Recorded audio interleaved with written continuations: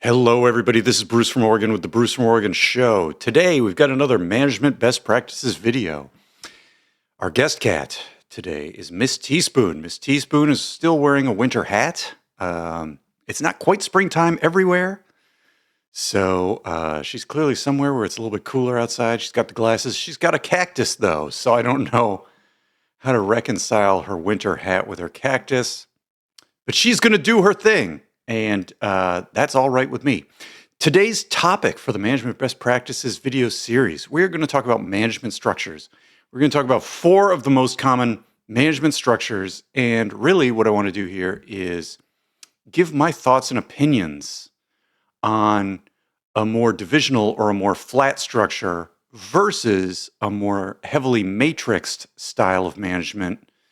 And this was a request from the audience. One of my former colleagues requested that I talk about this and go over the pros and cons, talk about when you might use one management structure versus another. And in general, I think multiple management structures can be used simultaneously if an organization is big enough. So we're going to go through these. What are they? The most common. There's other esoteric ideas out there. You can go read about those for yourselves as homework, but I just want to cover the basics here today in a quick little video. I say quick, we'll probably be here an hour. We'll see. Let's get into it. So the first management structure I want to talk about here is what they call divisional management structure. And once you're in a large company, this is kind of what happens naturally. In a divisional organization structure, a company divides itself into smaller semi-autonomous units, each focusing on a specific product or market or geographical area. So for example, I worked in the computer industry. And of course, in the computer industry, there's different types of products. You could have tablets, you could have phones, you could have laptops, you could have desktop computers for consumers, you could have computers that go into big data centers for companies like Amazon or Netflix, and so on and so forth. So generally, you'll start to have these divisions for a company, if it's large enough, if it has enough products, if it has enough different markets, or even geographical areas, the US division versus the Canadian division. So this is just a way to create some sort of hierarchy and differentiation so that decisions can be pushed down to the more local level whenever possible. Let's look at the pros and cons of the divisional structure here. So we talked about decentralization of decision-making already, specialization, accountability, autonomy. These are all good things. Let's see. So we talked about some of the ways you could create a divisional structure, right? Is it your products? Is it your geography? Is it a market segment? Or something like that. So the advantages here, flexibility, the divisions can do different things. So the marketing strategy for a end user consumer division might be very different than the marketing strategy for a division that's marketing to other businesses, as an example. There's specialization, accountability. Exactly, you can say like, what are the profit and loss numbers for one division versus another, as opposed to just holistically. You can start doing things like that. Enhanced response to market needs, exactly. So, a consumer-based division may make different product choices compared to a business-to-business division would. What are the disadvantages here? There's potential for coordination issues. Divisions might struggle to collaborate or share resources across different areas. I've seen this personally myself. So we would end up with different divisions that were doing things. And one of the things that new upper-level managers or new projects would always want to look at over and over again is, what is the ability to do reuse or collaboration between these divisions? And when does it make sense to reuse a product across market segments or make a new product based on some small changes to an existing product versus literally just making your own completely separate product, giving yourself total control over product A versus product B across those two divisions? That's a difficult decision that I saw happen over and over again without people looking at the history to say maybe we already know the answer. So I think we would maybe spend too much time looking at this question when somebody should have just made a call very quickly. Okay. Increased complexity. Yeah, this is another big one. Once the company gets very big and you've got a lot going on, um, it's not even about the complexity of a given product. It's about the complexity of the organization as a whole.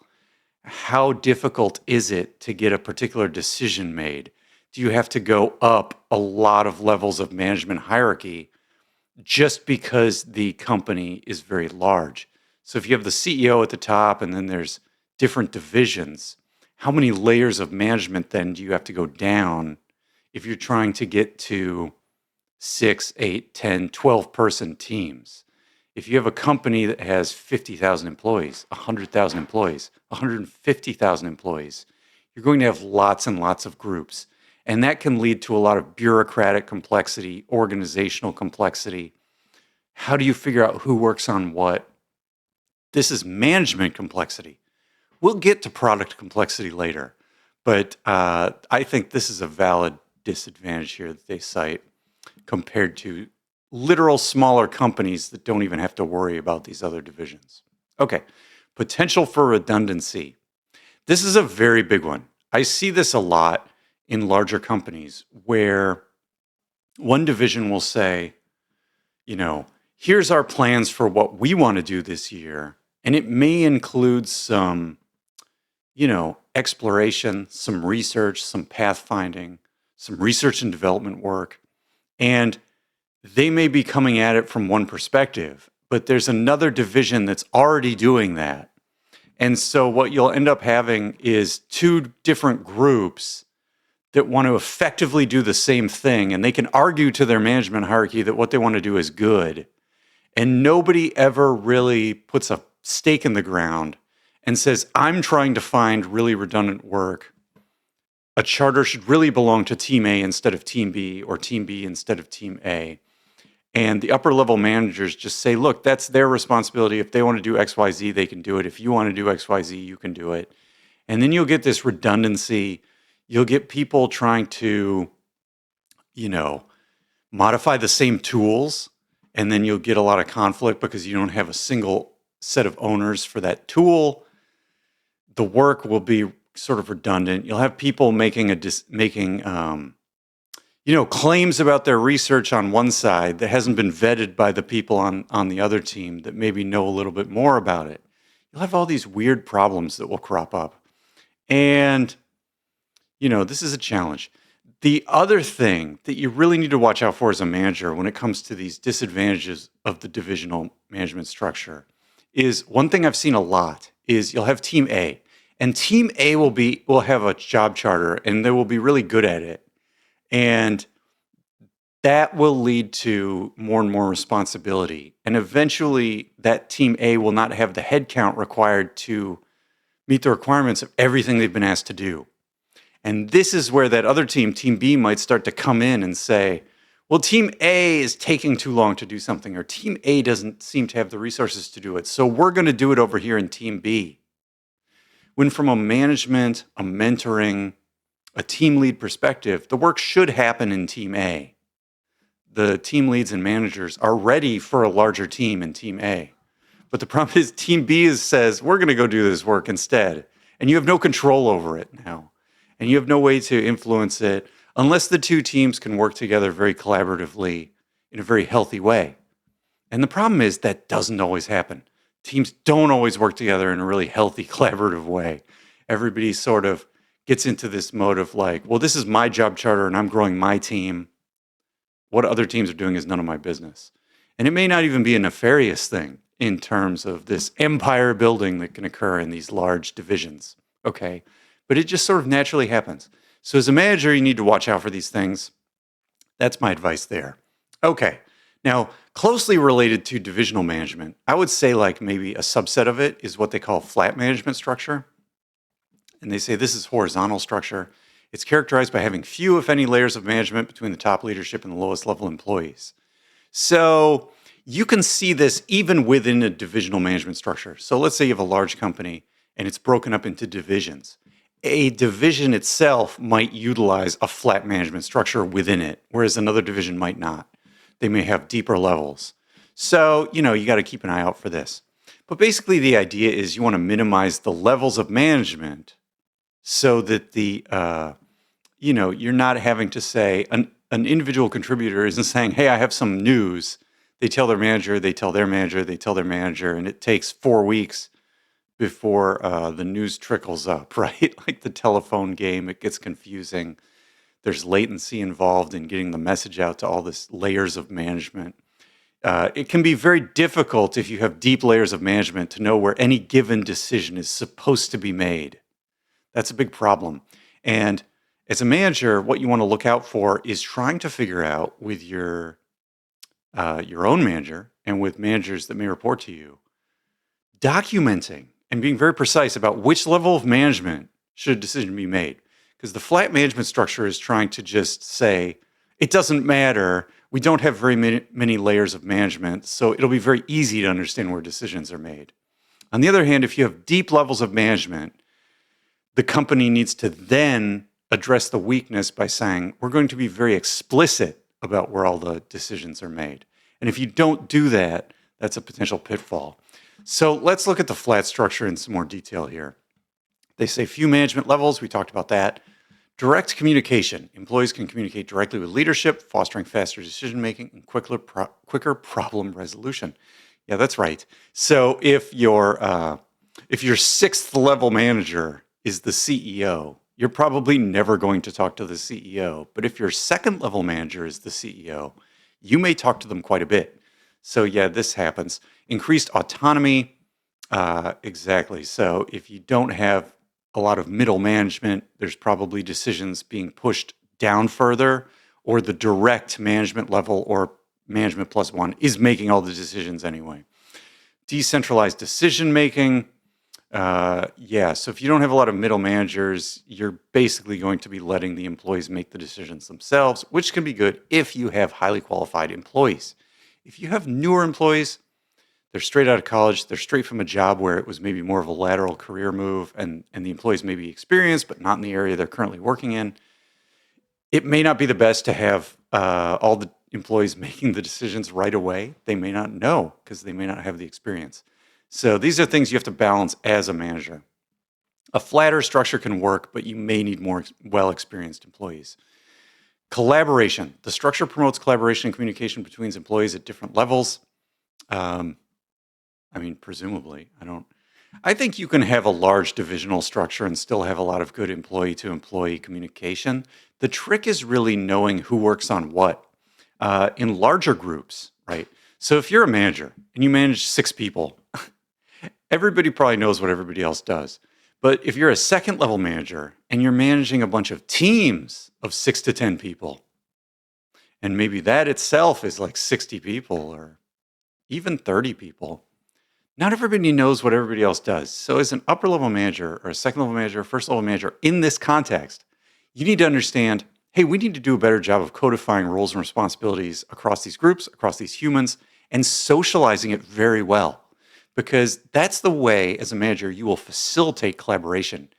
The things that happen when you just have a 6-person team are not going to happen naturally when you get to a larger flat management structure or a larger divisional management structure. So you as a manager need to facilitate that socialization.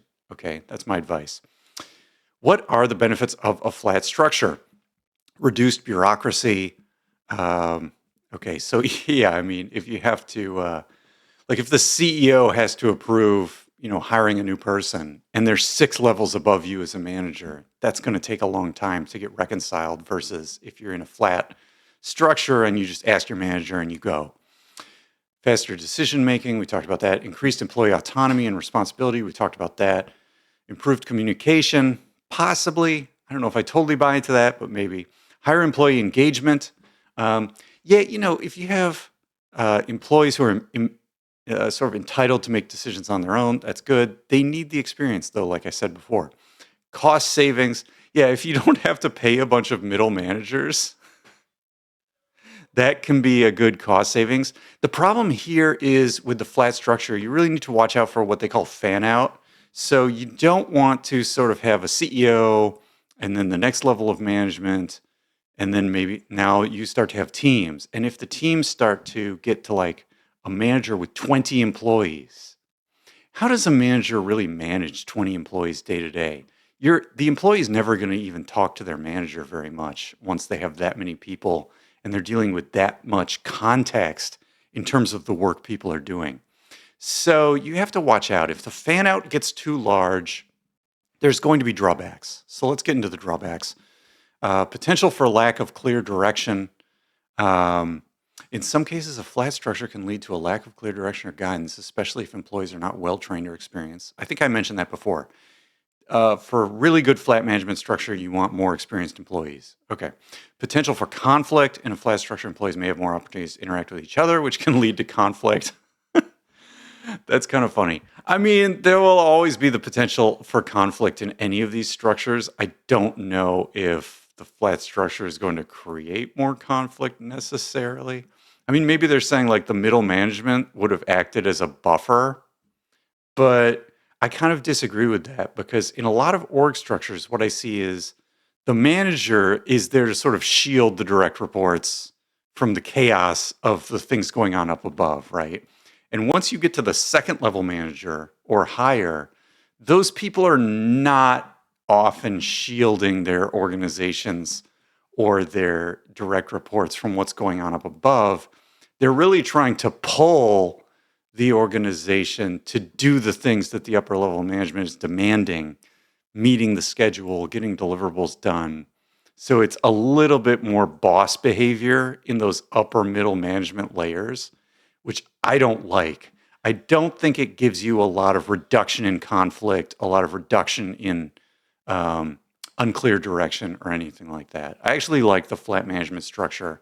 It's just that you have to be very clear on what your employees' capabilities are, and you want to minimize the fan out that can occur.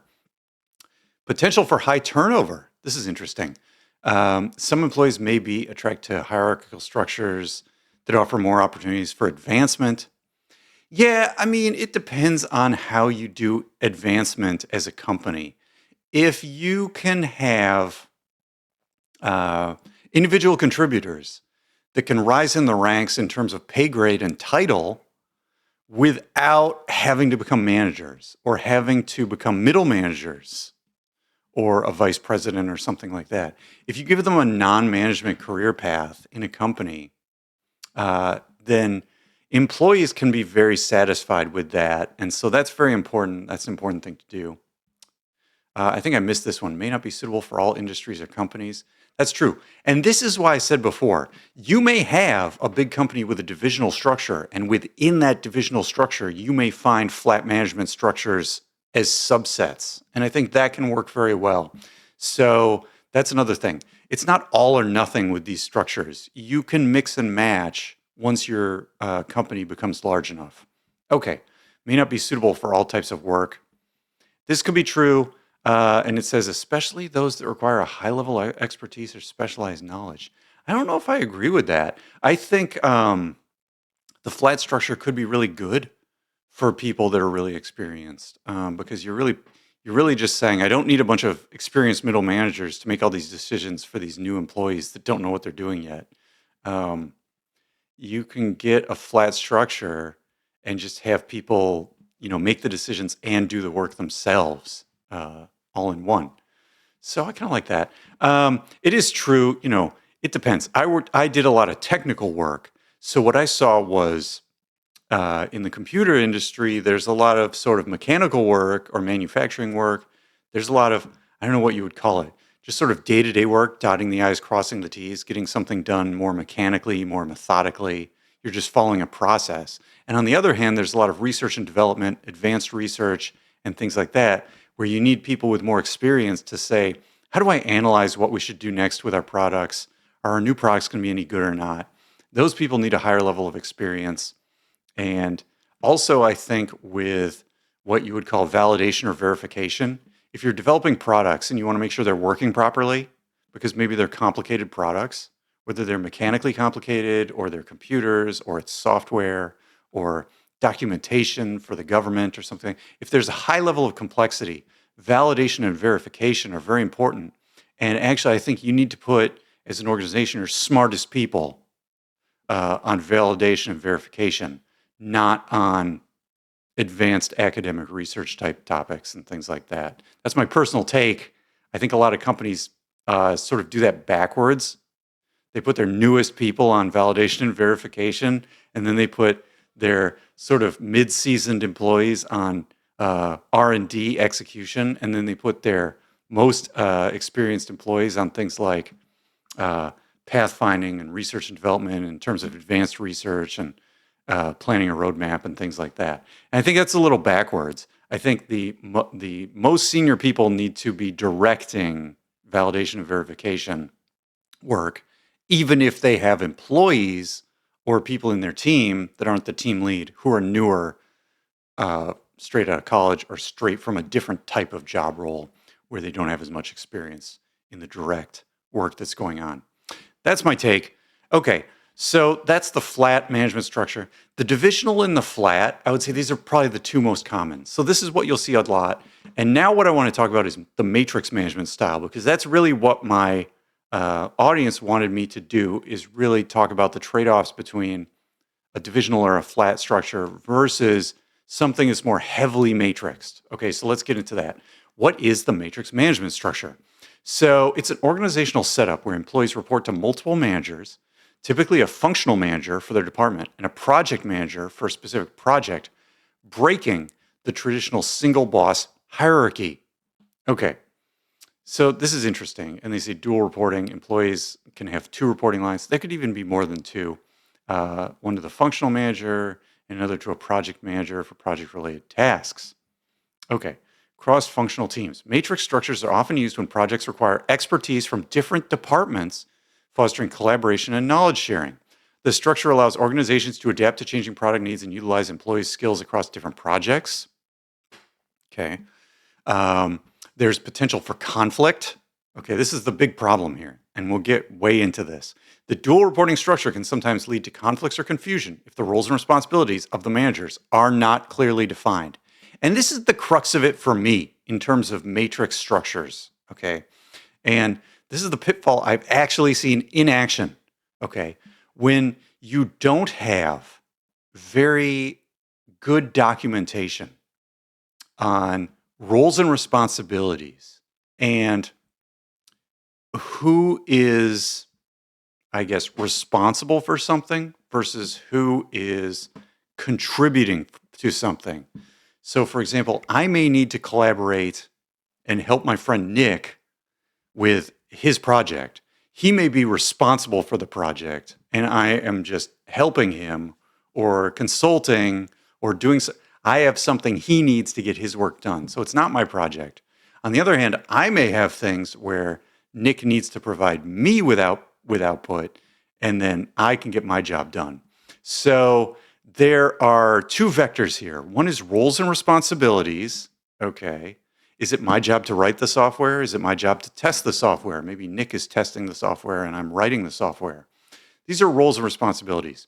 Receivables and deliverables is another point of view or another framework to think about this. And both are important. You have to do both, I would say. They're similar, maybe overlapping, but they're not exactly the same.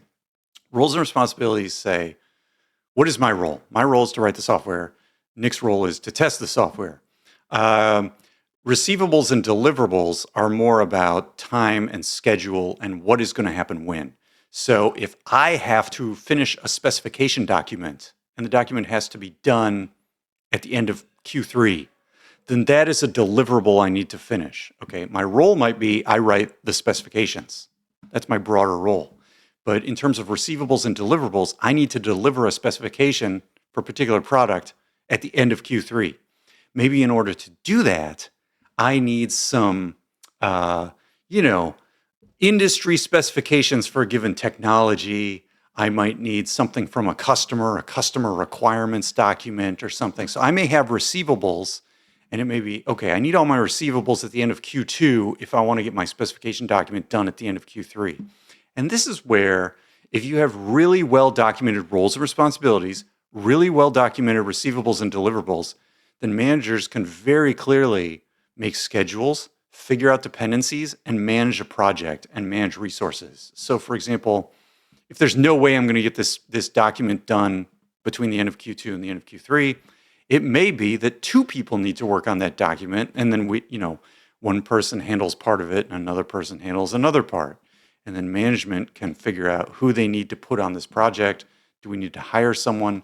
Do we need to find someone in the company who is getting done with another project that can come work on this project? All of that kind of stuff. So let's get into this more. So they say there's different types of matrix structures. A weak matrix, functional managers retain authority, project managers have limited influence. Balanced matrix, strong matrix, where strong matrix, project managers have more authority than functional managers. Yeah, this is interesting. This gets to the point of, again, who is responsible for making a particular decision? And what you want is you want a project to be well-defined before it even starts so that you know who is going to make particular decisions. And if you don't know who the final sort of referee is on these decisions, you can get into a lot of conflict and a lot of trouble, because you could even get into a situation where someone says, well, this is my decision and I want to do XYZ. And another person could say, no, I think it's my decision and we should do ABC. And then the employees will be like, I'm hearing one thing over here, I'm hearing a different thing over here. So this can lead to a lot of trouble. So let's get into the pros and cons here of the management matrix style. Benefits: improved communication. Yeah. I mean, if you are working on something and you have a manager and you have a project manager you can go to and you have a tech lead, then there's 3 different people you can go talk to figure things out. So that could be nice. On the other hand, it might mean you suddenly find yourself with 3 different meetings on your calendar instead of 1 every week. So we'll get into the challenges in a bit. Enhanced resource utilization. Employees can be assigned to multiple projects, maximizing their skills and experience. Yeah, this is the thing. Sometimes you'll see matrix styles, or these, I would call it sort of horizontal. So if I am working on a particular technology, right, toothbrushes or something, and there's different divisions making different types of toothbrushes. If I have toothbrush expertise, I can spend 20% of my time with one team, 80% of my time with another team. Over time that percentage can shift to 50-50, or I can, be working on multiple projects at once that are all in different phases of the product life cycle. Because it's more about, I'm not working on any particular project. I just have the technology experience. I have the toothbrush experience, not particularly the low-cost toothbrush versus the like electric toothbrushes or something. So you can do that, because if you say, hey, we're doing 10 projects and every project has to have a toothbrush expert, well, you're never going to hire 10 toothbrush experts to spend a small, and then they'll be underutilized on each project. Whereas what they would have to do with their time is something else on that project. What you can do is say, no, I'm going to hire a small set of people with toothbrush expertise, and then we're going to work on all the projects we do in a matrix style. This can be very valuable because it's just a different way of maximizing the utilization of your employees so that the employees don't get too bored, or alternatively, the employees don't get overworked, right? If you have one toothbrush expert and they have to work on 10 projects, that might be overloaded. So then you can say, okay, we need 2 toothbrush experts so that each person is properly balanced for a given work week, okay? Increased innovation. Bringing people together from different backgrounds and departments can lead to more creative solutions and ideas.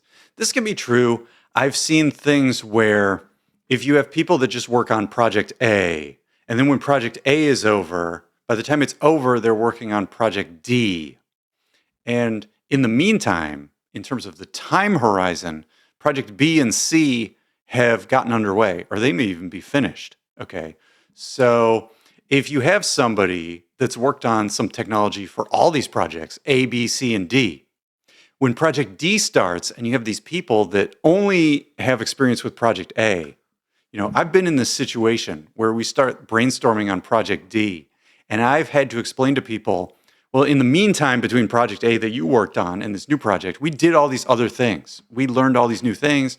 We changed the way we do something. We have new technology. We have new processes. And so you can explain all those things and make project D more effective because it's not just a follow-on to the old project A. So this can happen. I think this can be good. And it's very important as a manager to understand when that could happen. Are you just going to move a team from project A to project D and ignore everything that happened in the middle because it's not your project? That's a very sort of blinders on sort of approach. And you got to like figure out a way around that as much as possible. Okay, employee development, working on different projects with different managers can broaden employees' skills and experience. This is true. You know, as a manager, what you want to watch for with your employees is your employees over time will develop experience. And you have to understand, is that experience depth of experience? So they become, you know, the world expert on toothbrushes, right? It's very deep experience. Or maybe their experience is very broad, right? They have worked on everything that goes into a bathroom or something, you know, the shower and the toilet and the sink and the toothbrushes and the towels and the towel racks. Maybe they know everything about the entire domain, but it doesn't go very deep. Okay. So you have to understand, are you trying to help your employee develop a breadth of expertise, a depth of expertise, or some of both? And what are the opportunities coming up that will allow you to make decisions as a manager to give your employees more breadth, more depth, both? What does the employee want versus what does the organization want? Are these things in sync with each other?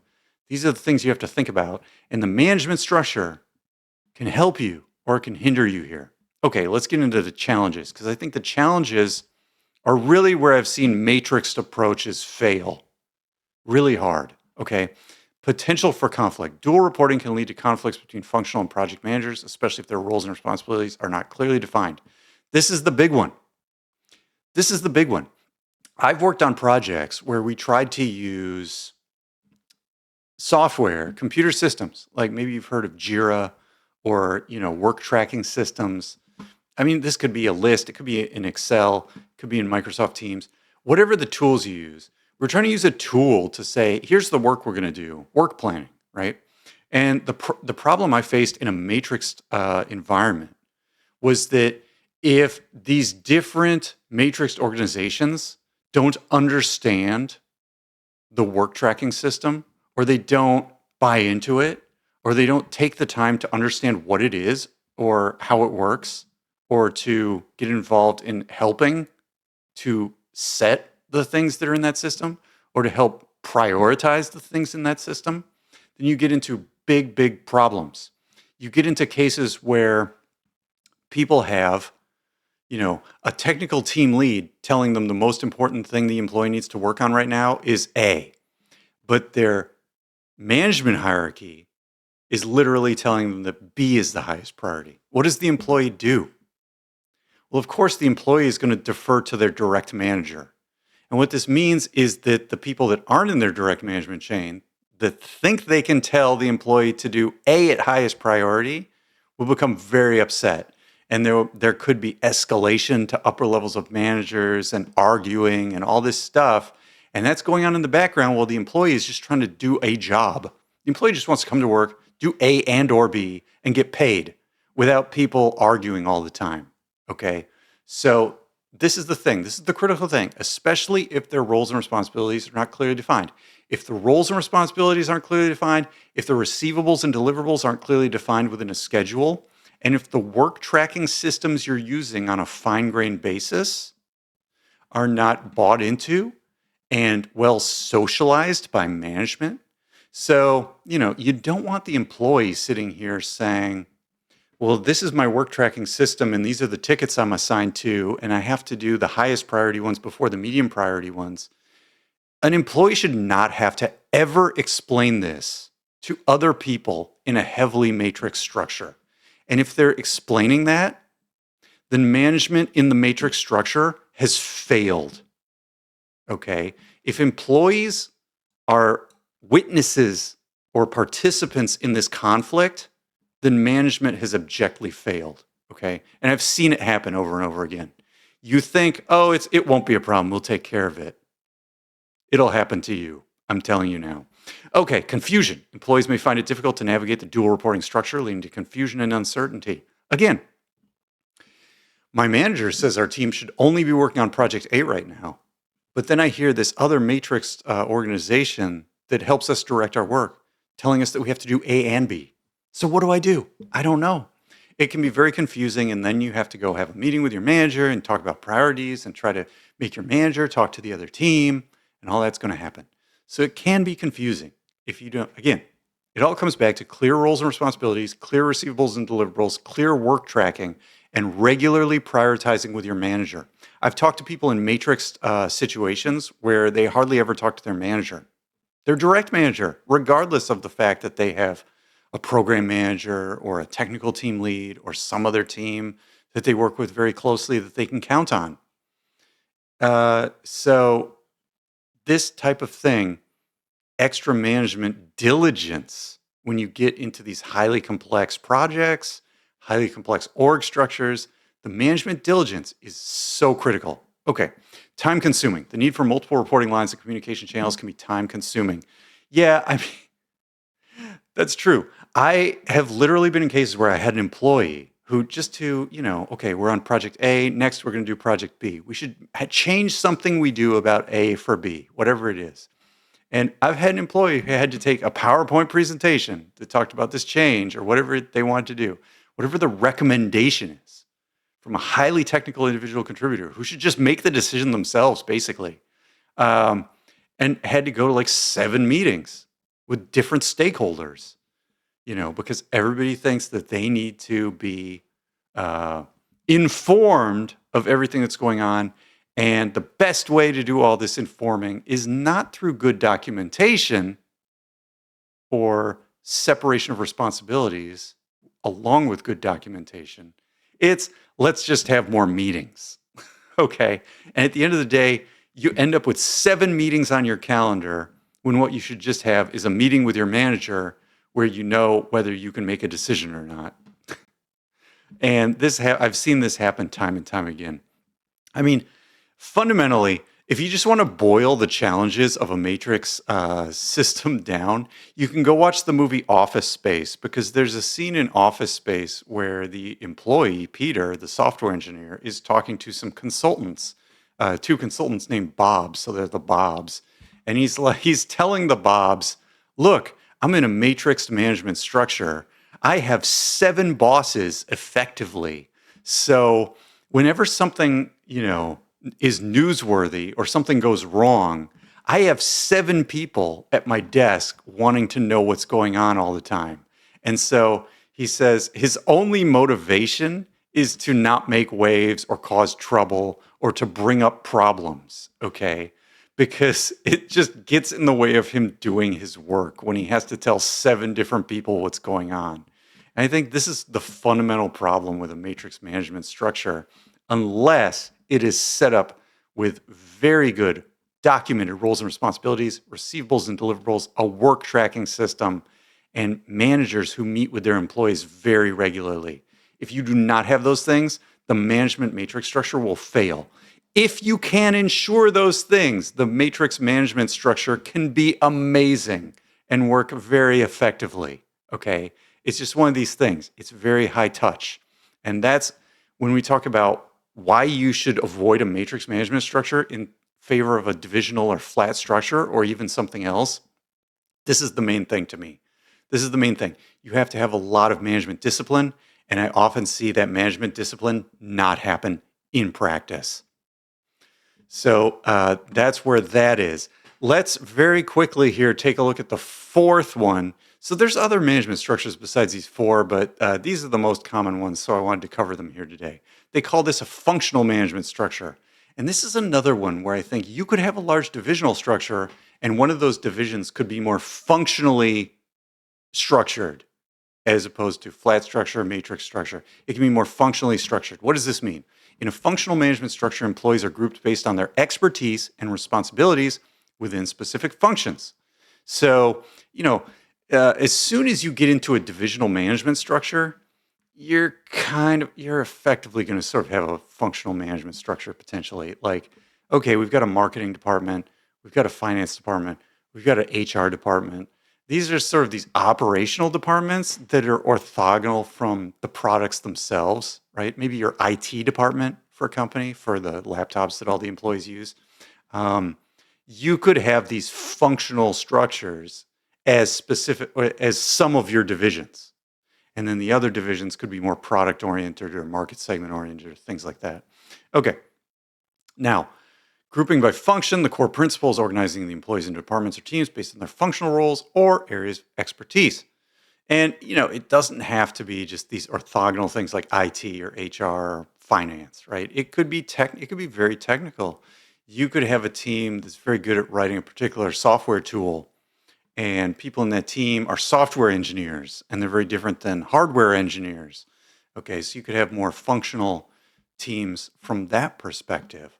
Okay, functional managers. Each department is led by a functional manager who's responsible for the performance of the team. I mean, that's goes without saying.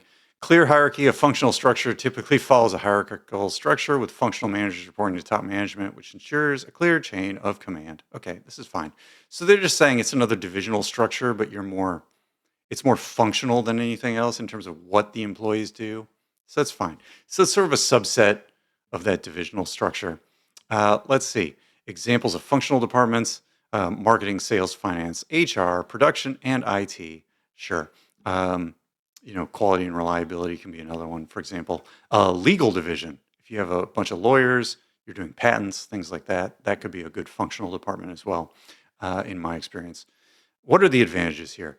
Increased productivity. Yeah, if you're, if you're in the legal department and your colleagues are all lawyers and you're working on different projects, that's probably better synergy than having a lone lawyer in each product group working with a bunch of engineers and they don't have a lot of day-to-day work in common. So there's always pros and cons, but yeah, that's an advantage. Skill development, functional structures encourage employees to develop expertise within their areas. Yeah, that's true. So, yeah, if you're in the IT division and you're doing IT, you'll gain more experience from IT work you do. You'll learn from other IT expertise from people with more experience that are in your group directly. You'll see them in the day to day, the area you work in terms of the office space, the staff meetings, the offsite activities. So these type of things will happen. Clarity of roles, duties, and responsibilities are clearly defined. Yeah. So if you have the legal department and that's where all the legal work happens, you won't have anybody outside of the legal department, working on lawsuits or patents or things like that or contracts. So that's very straightforward. So that can be good. Streamlined operations, specialization leads to efficient workflows within departments. That's true. Let's see, disadvantages. Okay, so there are a couple here. Limited communication can lead to silos between departments, hindering collaboration and innovation. And this is a big one that I saw. This is a huge one that I saw in my experience, where when we had products that were becoming more and more technically complex, not just that the company was bigger and you had more bureaucratic complexity or organizational complexity, but you literally have more product complexity or customer complexity with the customer requirements, the technical requirements of the products, the processes that employees are doing to get their job done. When those processes become more and more complex, more steps in a process. This is a thing to look out for as a manager. When is the complexity becoming intractable from a technical perspective or a process perspective? Because this is what happens. The natural thing is that you just say, okay, we're going to do functional structure. And for the areas that are becoming more and more complex, we'll just have people become more and more specialized. Okay. So maybe, in the early days of like a car, a single mechanic could like fix anything on the car because it's like, okay, it's a very simple engine. It's a 4-cylinder thing. It has a distributor cap. It has, a carburetor I can take and put apart and put back together again. I understand the tires and everything like that. If you created more and more complicated vehicles that have like computer systems and engines that you can't really take apart and put back together again, maybe there's batteries here and there, maybe there's more complicated things with tire pressure monitoring systems. Suddenly you have to say, okay, our car company needs a whole bunch of specific departments to deal with these different systems that now go into a car. It's much more complicated. Uh, you can get to a place where the employees are like, well, I'm just sitting here working on the tire pressure monitoring system. I don't know what anybody else is doing. What are all these? Can I learn from what they're doing? Is there, what's going on? There's people in my team that report to the same manager or even second level manager, and I don't know what they do. And when they ask me a question, I don't know who they are. I don't have any trusted relationships built up with them. Uh, you can very quickly get into this is what they call siloing. You can get into this thing where you don't want to share information with anybody else because you're worried about other teams, duplication of effort. Maybe some other team is going to try to do the part of my job I think is valuable. So I'm just going to silo up and not talk to anybody else. You can get into these problems very quickly with a functional management structure if the complexity starts to grow in a way that you can't handle anymore. And if management doesn't take specific actions to ensure that good communication across these groups occurs. And one way to get really good communication across these groups is to have this sort of collaborative documentation. So if, the team working on the new engine is writing good documentation and reports about what they're doing, and I can go read those things and then follow up with questions later. I know who's working on what. This can be a way to break silos. If there's good documentation, people can read the documentation. It engenders trust. If there's good presentations about what different teams are working on, so you can break through this siloing. And it needs to be something that I think is a little bit, what I've seen in the past is people will do these things like, oh, we're going to have some ad hoc presentations about what some other team is working on today. Okay. Or, come tell me about what's going on in the area of tires or something. And somebody comes in and sort of explains everything that's going on with tires today. And then you walk away and you're like, well, I don't know. I mean, I'm not working on the tires. I guess it was sort of interesting. What I'm arguing for is a systemic approach to documentation and status reporting. You don't want to burden employees with a ton of overhead. But on the other hand, what you want is a regular process of documentation and status reporting so that other people in the company can know what's going on. If you do an ad hoc meeting with the guy that works on tires and then 2 years go by, like, what was the point of that? It was just a waste. It was just a slot on the calendar to waste time, basically. What you need to do as a manager is set up systemic processes that happen on a regular basis that enable good communication to break these silos. That's the trick. Okay. Difficulty adapting to change. The rigid nature of the structure can make it difficult to adapt to changing market conditions or customer needs. This can be true, I think, if in general, I mean, this can be true for any management structure. The real trick here is like, who all needs to be informed of new information when it comes out? Does it take too long? Who's going to make a decision? Does it take too long to get a decision ratified by 6 layers of management to change the direction of the company? The management structure, obviously a flatter structure is going to help structurally reduce this difficulty to adapting to change problem. But I think in general, it's almost a function of size. Like if the company is very big and it takes 10,000 employees to do a product, you're just not going to change your product roadmap as quickly as an industry where maybe it takes 10 people to deliver a product. Because the 10 people can just go sit in a conference room and figure out what to do tomorrow. If you have 10,000 people, that's a big boat. And it's hard to turn the big boat, okay, compared to a tiny little speedboat. So this is something to keep in mind. Okay, and what's the final disadvantage here? Potential for conflict. Different departments may have conflicting goals or priorities, leading to conflict. And I've seen this happen too. You can get into these functionally dedicated teams, but when you start looking at places where those functions interact, right? Like, oh, the car tires have to go on the axle. So if you have an axle team and a tire team, there may be some conflict there because the tire people want to make a decision that's good for the tires. The axle people want to make a decision that's good for the axle. And then where do you have to go up levels now, potentially. And it could be multiple levels depending upon how far apart organizationally these two groups are, in order to find somebody who's responsible for both of those things and can make a decision. So that's another thing to watch out for, is the potential for conflict. If employees and managers don't have a global view of things, they can get into conflicts because they're really trying to make a local optimization instead of a global optimization. And the global optimizations are going to be better for the company long term, as opposed to just better for the team, and the team trying to, make itself look better, get an award, get a promotion, something like that. Okay, so again, let's wrap it up. These are the 4 fundamental divisional management structure, flat management structure, divisional, flat, matrix, which is quite different than the other two, and then functional.